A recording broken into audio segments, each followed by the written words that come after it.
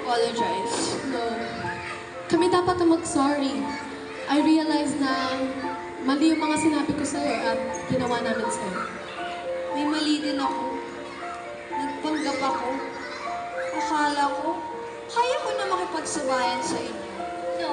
No, may mali din kami kasi pinilit namin maguhit kung sino ka. Jewel, we're very sorry kasi ang gusto lang naman namin, hindi maging ilag sa mga tao. We just wanna have fun! Right, girls? Yes. Sorry din, Jewel, ah.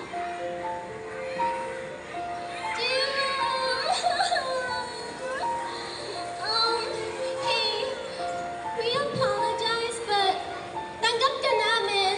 Really. It's just that sometimes we all have our differences, but we love you so much. Actually, Jewel, gusto ka talaga namin. Kasi matapad ka and matatag. Tsaka, hindi ka takot ipakita kung sino ka man.